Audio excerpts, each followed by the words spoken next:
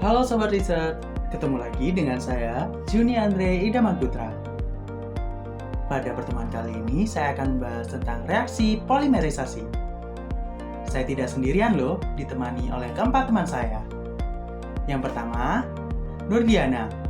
Yang kedua, Hafiza Wina. Yang ketiga, Fadila. Dan yang terakhir, Prasiska. Halo semuanya, selamat datang kembali. Saat ini kita akan belajar mengenai polimerisasi. Apa itu sih polimer dan polimerisasi? Polimer atau makromolekul merupakan molekul raksasa dengan rantai yang sangat panjang yang tersusun dari molekul-molekul. Reaksi polimerisasi adalah reaksi penggabungan molekul-molekul sederhana atau monomer menjadi polimer atau makromolekul. Lalu, polimerisasi terbagi ke dalam dua jenis, yaitu polimerisasi adisi dan polimerisasi kondensasi. Polimerisasi adisi merupakan penggabungan molekul-molekul yang berikatan rangkap membentuk rantai molekul yang panjang atau disebut polimer. Polimerisasi adisi biasanya terjadi pada unit monomer yang mempunyai ikatan rangkap, di mana reaksi adisi ini mengakibatkan terbukanya ikatan rangkap menjadi ikatan tunggal. Selanjutnya yaitu ada contoh dari polimerisasi adisi, yaitu yang pertama itu ada pembentukan polietilena dari etena, dan yang kedua yaitu ada pembentukan teflon atau politetrafluoretilena. Kemudian ada pun jenis-jenis dari polimerisasi adisi yang terbagi menjadi 3 jenis. Yang pertama itu ada polimerisasi adisi radikal bebas, yang kedua polimerisasi adisi kationik, dan yang ketiga yaitu ada polimerisasi adisi aionik. Data di atas merupakan hasil reaksi polimerisasi adisi monomer dari benzema. Polimerisasi adisi monomer dari benzema memiliki subtiton C2H3, namun pada awalnya subtiton ini memiliki C2H4. Dari benzema berubah ke stirena.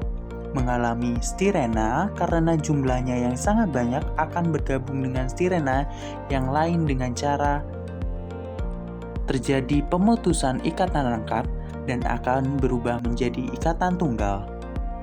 Dan ikan tersebut akan bergabung dan menjadi polistirena.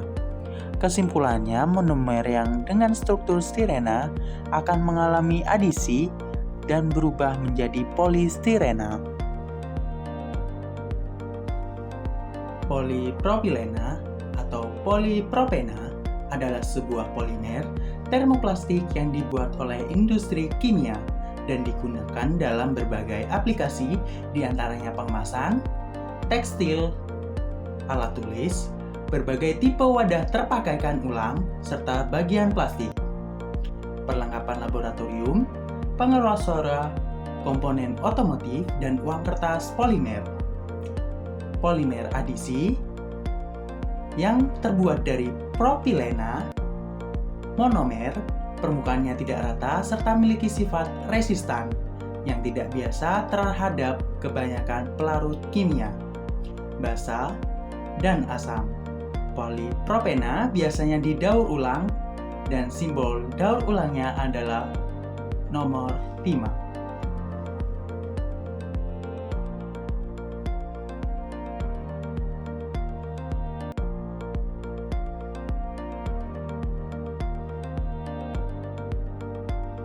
Oke, untuk selanjutnya ada polimer kondensasi.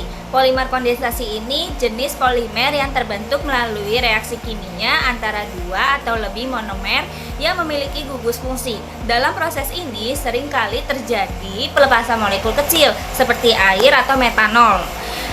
Proses ini berbeda dari polimer adisi, yaitu monomer bergabung tanpa pelepasan molekul kecil. Molekul kecil yang sering dilepaskan selama proses ini termasuk air, amonia, atau asam klorida.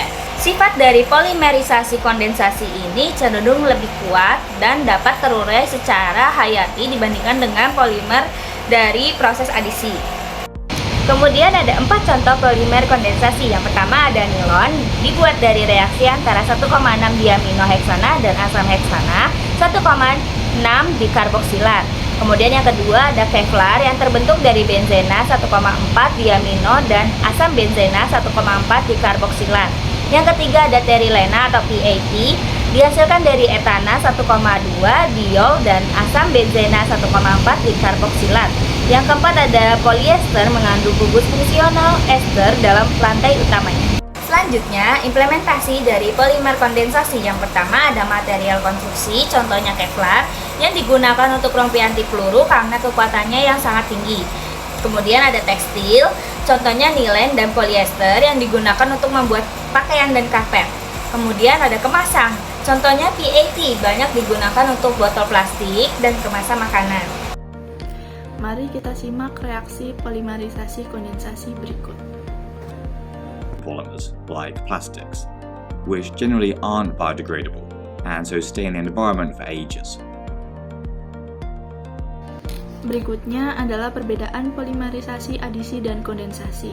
Nah, perbedaannya di sini dapat dilihat dari beberapa parameter. Yang pertama yaitu ada mekanisme reaksi, yang kedua ada produk samping, yang ketiga ada suhu dan katalis, yang keempat ada kecepatan reaksi, kemudian kemungkinan pembentukan polimer, kompleksitas struktur, dan sifat polimer.